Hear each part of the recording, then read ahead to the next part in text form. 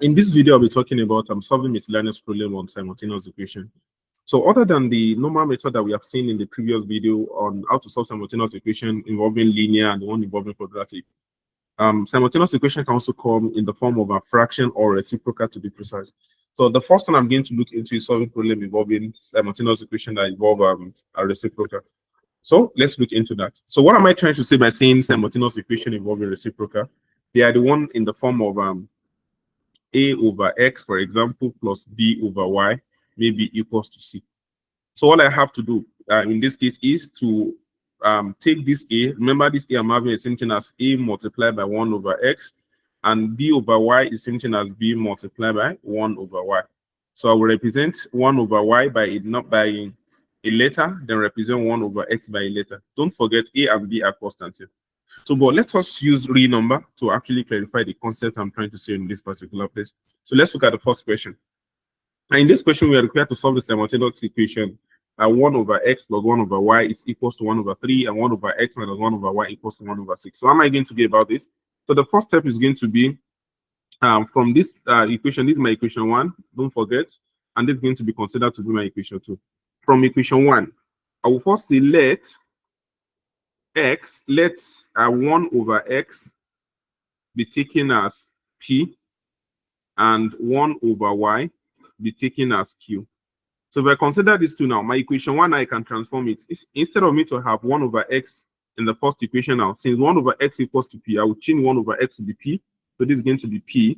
Then we have plus 1 over y will be considered to be q. So that's going to be plus q. Then everything equals to 1 over 3. So that's going to be my equation 1. But I actually can simplify this one further by multiplying everything through here by 3. If I multiply everything in this place by 3, or let me just even leave it to actually make it work easier, you can have it to be like this, equation 1.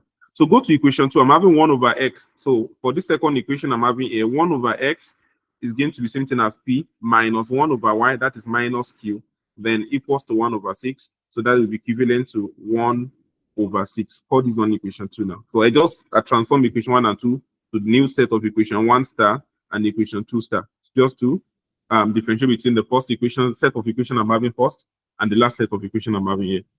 So from here now, we can adopt elimination method to solve this problem now.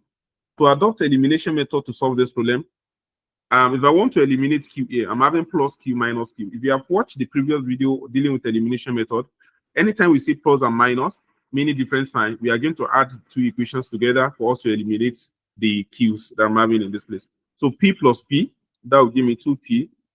Then plus q and minus q, we cancel each other. And at the second side, I'm going to have 1 over 3 plus 1 over 6. So I'll simplify this one further now. I'm going to have 2p to be equals to, find the LCM for 3 and 6, that will be 6. How many 3 can I get in 6? That will give me 2. 2 times 1 will be 2 plus. How many 6 can I get in 6? That's going to be 1. 1 times 1 will give me 1. So I'm going to have 2p to be equals to 3 over 6. 3L1, 3L will give me 2. That will be 2p equals to 1 over 2. So I can divide there by 2 and divide this side also by 2, so that 2 and 2 will cancel each other. So I'm going to have p to be equals to 1 over 2 divided by 2. That will give me 1 over 4.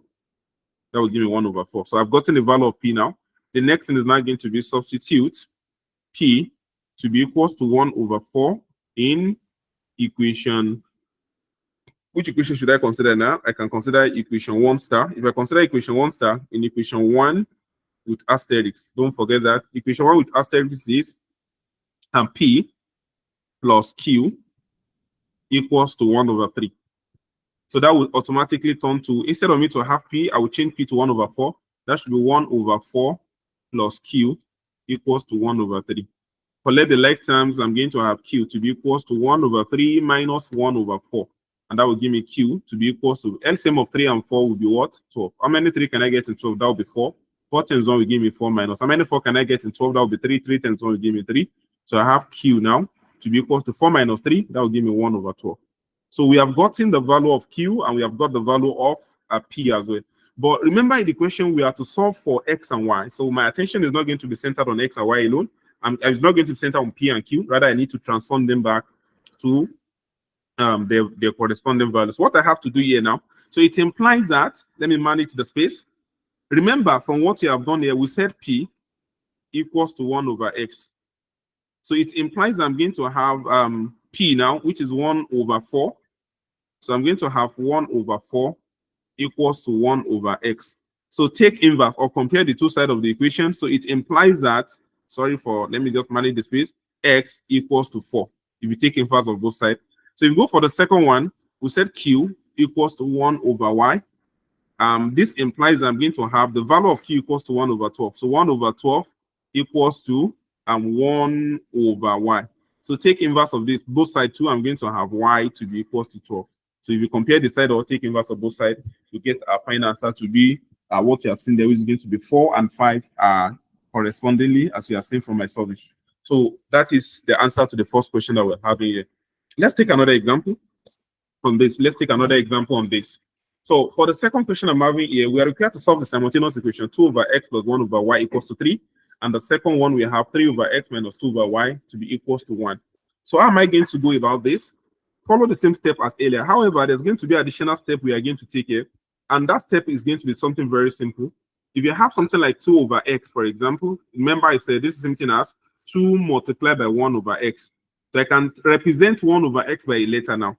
If I have something like 3 over y, this is the same thing as 3 multiplied by 1 over y. So I can take 1 over y to be a particular letter. So this is going to be the step I'm going to adopt in solving this particular question. So let us go back to the question and see the way it's going to be solved. So for the first question, for equation 1, I'm having 2 over x plus 1 over y equals to 3.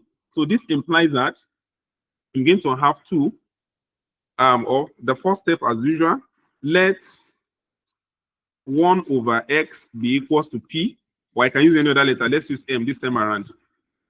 And let 1 over y be taken as n.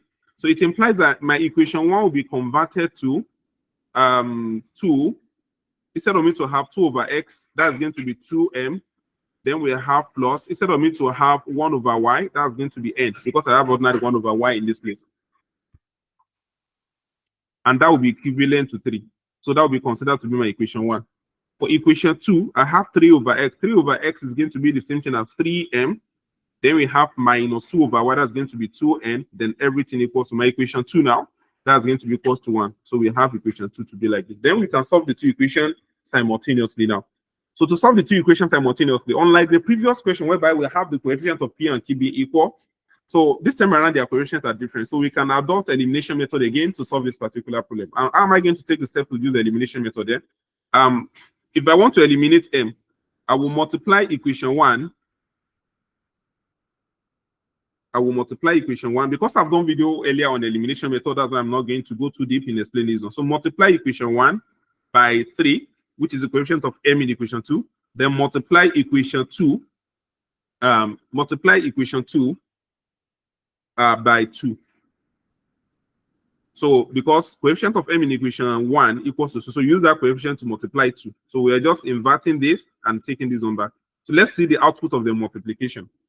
You have 3 multiplied by 2. That will give me 6m.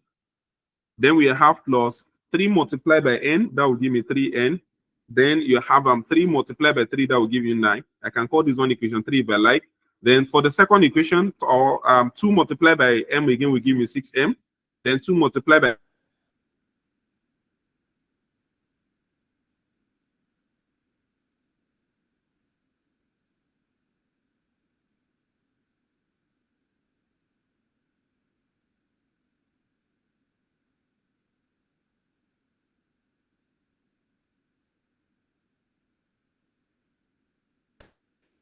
so you divide. What you are going to do next in this case will simply be what?